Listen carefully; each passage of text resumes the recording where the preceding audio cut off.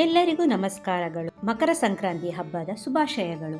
ಸಂಕ್ರಾಂತಿ ಎಂದರೆ ಹೊಸ ಬೆಳಗಿನ ಆರಂಭ, ಸಿಹಿ ಮಾತುಗಳು ಮತ್ತು ಸಂತೋಷವನ್ನು ಹಂಚಿಕೊಳ್ಳುವ ಸಮಯ. ಈ ಹಬ್ಬ ನಮ್ಮ ಜೀವನಕ್ಕೆ ಆರೋಗ್ಯ, ಸಮೃದ್ಧಿ ಹಾಗೂ ಶಾಂತಿಯನ್ನು ತರಲಿ ಎಂದು ಹಾರೈಸುತ್ತಾ ನಮ್ಮ ಈ ಹೊಸ ರುಚಿಯನ್ನು ನೋಡೋಣ. ಬನ್ನಿ, ಮೊದಲಿಗೆ ನಾನು 1 ಅಚ್ಚಿನಷ್ಟು ಬೆಲ್ಲವನ್ನು ತೆಗೆದುಕೊಂಡಿದ್ದೇನೆ.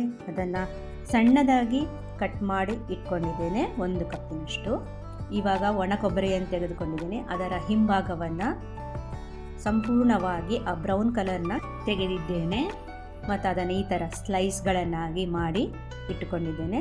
ನಂತರ ಆ ಸ್ಲೈಸ್ಗಳನ್ನ ಇನ್ನು ಚಿಕ್ಕ ಚಿಕ್ಕ ತುಂಡುಗಳನ್ನಾಗಿ ಮಾಡಿ ಇಟ್ಕೊಳ್ಳಿ. ಇವಾಗ ಬೆಲ್ಲ ಮತ್ತು ಒಣ ಕೊಬ್ಬರಿ ರೆಡಿ ಆಯಿತು. ಬಾಣಲೆಗೆ 1 ಕಪ್ಪಿನಷ್ಟು ಗ್ರೌಂಡ್ನಟ್ ಕಡಲೆಕಾಯಿ ಬೀಜವನ್ನು ಹಾಕಿ ಹುರಿಯುತ್ತಿದ್ದೇನೆ. ನೀವು ಇದನ್ನು ಸಣ್ಣ ಉರಿಯಲ್ಲೇ ಹುರಿಯಬೇಕು. ದೊಡ್ಡ ಉರಿಯಲ್ಲಿ ಹುರಿದ್ರೆ ಕಪ್ಪಾದರೆ ಅದು ತಿನ್ನೋಕ್ಕೆ ಚೆನ್ನಾಗಿರೋದಿಲ್ಲ, ಕಹಿ ಕಹಿ ಬರ್ತದೆ. ಸೊ ಸಣ್ಣ ಉರಿಯಲ್ಲಿ ಹುರಿಯಿರಿ. ಈಗ ನೋಡಿ, ಇದು ಸಿಪ್ಪೆ ಹೋಗುವಷ್ಟು ಹುರಿದಾಗಿದೆ, ರೆಡಿಯಾಗಿದೆ. ಈಗ ಇದನ್ನು ಒಂದು ಪ್ಲೇಟಿಗೆ ಹಾಕಿ ತೆಗೆದಿಡಿ, ಆರಲು ಬಿಡಬೇಕು. ನಂತರ ಅದೇ ಬಾಣಲೆಗೆ 1 ಕಪ್ಪಿನಷ್ಟು ಬಿಳಿ ಎಳ್ಳನ್ನು ತೆಗೆದುಕೊಂಡಿದ್ದೇನೆ. ಅದನ್ನು ಹುರಿಯಬೇಕು, ಸಣ್ಣ ಉರಿಯಲ್ಲೇ ಹುರಿಯಬೇಕು. ಅರೋಮ ಬರುವವರೆಗೂ ಚಟ ಚಟ ಅಂತ ಹೇಳುತ್ತಲ್ಲ, ಅಲ್ಲಿವರೆಗೆ ಇದನ್ನು ಹುರಿದ್ಕೋಬೇಕು. ನಂತರ ಒಂದು ಪ್ಲೇಟಿಗೆ ಹಾಕಿ ತೆಗೆದಿಡಿ.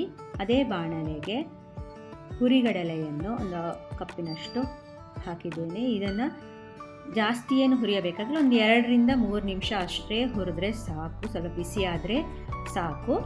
ಅದನ್ನು ಎಳ್ಳಿನ ಪ್ಲೇಟಿಗೆ ಹಾಕೊಳ್ಳಿ. ಮತ್ತು ತುಂಡು ಮಾಡಿದ ಒಣ ಕೊಬ್ಬರಿಯನ್ನು ಹಾಕಿ ಹುರಿಯಬೇಕು. 3ರಿಂದ 4 ನಿಮಿಷ ಹುರಿದ್ರೆ ಸಾಕು. ಇಲ್ಲಿ ಹುರಿಗಡಲೆ ಮತ್ತು ಕೊಬ್ಬರಿಯನ್ನು ಹುರಿಯೋದ್ರಿಂದ ಟೇಸ್ಟು ಜಾಸ್ತಿ ಆಗುತ್ತದೆ, ಸೊ ಅದಕ್ಕೆ ಹುರಿದಿದ್ದೇನೆ.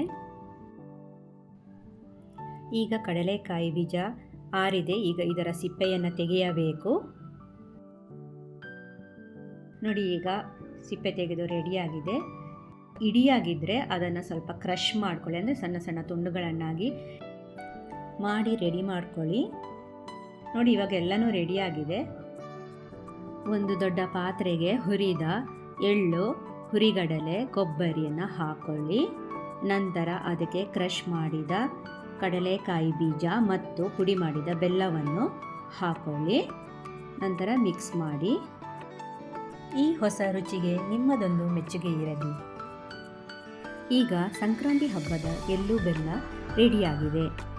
ವೀಕ್ಷಕರೇ, ನಿಮಗಿದು ಇಷ್ಟ ಆದರೆ ಲೈಕ್, ಶೇರ್ ಆ್ಯಂಡ್ ಸಬ್ಸ್ಕ್ರೈಬ್ ಮಾಡಿ. ಮುಂದಿನ ಹೊಸ ರುಚಿಯೊಂದಿಗೆ ಮತ್ತೆ ಸಿಗೋಣ. ಅಲ್ಲಿಯವರೆಗೂ ಧನ್ಯವಾದಗಳು.